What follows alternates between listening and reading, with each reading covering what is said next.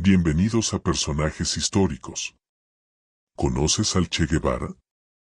Ernesto Guevara, Rosario, 14 de junio de 1928, La Higuera, 9 de octubre de 1967, conocido como el Che Guevara o el Che, fue un médico, político, guerrillero, escritor, periodista y revolucionario comunista argentino nacionalizado cubano en 1960, ciudadanía a la que renunció en 1965. Fue uno de los ideólogos y comandantes de la Revolución cubana. Desde el alzamiento armado hasta 1965, Guevara participó en la organización del Estado cubano. Desempeñó altos cargos de su administración y de su gobierno, sobre todo en el área económica.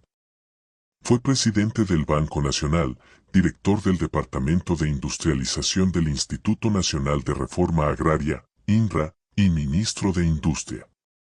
En el área diplomática, actuó como responsable de varias misiones internacionales. Abogó por la expansión de la lucha armada en regiones del Tercer Mundo e impulsó la instalación de focos guerrilleros en América Latina. Entre 1965 y 1967, combatió en el Congo y en Bolivia. En este último país, fue capturado y ejecutado por el ejército de Bolivia, con informes que indican la colaboración de la CIA, el 9 de octubre de 1967. Su figura, reconocida en el mundo, genera en la opinión pública tanto reacciones positivas como negativas. Para muchos de sus partidarios representa la lucha contra las injusticias sociales, mientras que sus detractores lo consideran autoritario y violento. Su retrato fotográfico, obra de Alberto Korda, es una de las imágenes más reproducidas e icónicas del mundo, en lo comercial o no, tanto en su original como en variantes que reproducen el contorno de su rostro. Nacimiento. Ernesto Guevara nació en la ciudad argentina de Rosario, en la provincia de Santa Fe, en 1928. En la partida de nacimiento, sus padres declararon que había nacido el 14 de junio, pero según otras fuentes, nació el 14 de mayo de 1928. En ese entonces sus padres alternaban su residencia de la ciudad de Buenos Aires con la de Caraguatay, en la provincia de Misiones, separadas por 1800 kilómetros de vía fluvial, donde atendían sus plantaciones de yerba mate. Es desde este lugar donde, al acercarse el momento de su parto, los padres de Ernesto decidieron volver a Buenos Aires con el fin de que éste fuera bien asistido. Utilizaron para ello las líneas navieras que surcaban el río Paraná. La versión familiar relata que el alumbramiento se adelantó y debieron descender de urgencia en el puerto de Rosario, donde la madre dio a luz a Ernesto en el Hospital Centenario el 14 de junio. Siempre según el relato familiar, fue inscrito al día siguiente con el nombre de Ernesto Guevara y después de que la madre recibiera el alta, se instalaron por unos días en un apartamento en el 5º piso, esquina con calle Urquiza, hasta que ambos estuvieron en condiciones de retomar el viaje hacia Buenos Aires. Amigos de infancia y adolescencia. Ernesto hizo grandes amigos durante su infancia y adolescencia en Córdoba. Dos de ellos se destacaron. Carlos Calica Ferrer. Uno de sus primeros amigos. Lo conoció cuando ambos tenían 2 o 3 años. Ernesto recién llegaba a Altagracia. Calica era hijo de un rico médico especialista en enfermedades respiratorias que vivía en Altagracia. Uno de sus pacientes era el propio Ernesto. La primera relación sexual de Ernesto fue con la empleada doméstica de la familia Ferrer, arreglado por el propio Calica. En esa época era habitual en la clase media alta mantener relaciones sexuales con las mucamas que trabajaban en las casas.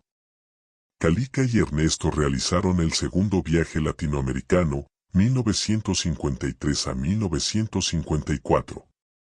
En 2006 escribió el libro de Ernesto al Che. El segundo y último viaje de Guevara por Latinoamérica. Alberto Granado. Hermano mayor de Tomás Granado, este último compañero de clases del colegio secundario de Ernesto y también amigo. Ambos eran hijos de un trabajador ferroviario. Era 6 años mayor que Ernesto, estudiante de bioquímica y entrenador del equipo de rugby del club estudiantes en el que Ernesto jugaría. Compartieron el gusto por las mujeres, el rugby, el vino, la literatura y los viajes. Tuvo gran influencia en la elección por Ernesto de la carrera de medicina.